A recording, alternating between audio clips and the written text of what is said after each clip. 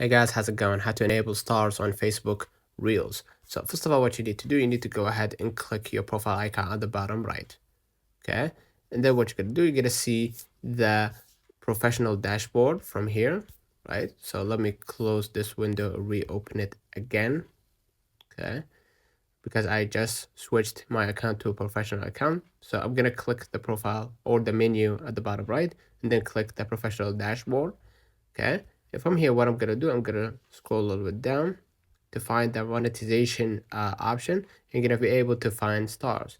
You're gonna go ahead and click stars, and a simple way to earn stars: for every star you receive from a fan, creators earn a 1 cent from Meta. So you could go ahead and click you are interested, right? And let them know that you're interested in this program, right? Let them know why you think you should be eligible for this program, and then you're gonna be able to let other people give you a star, right?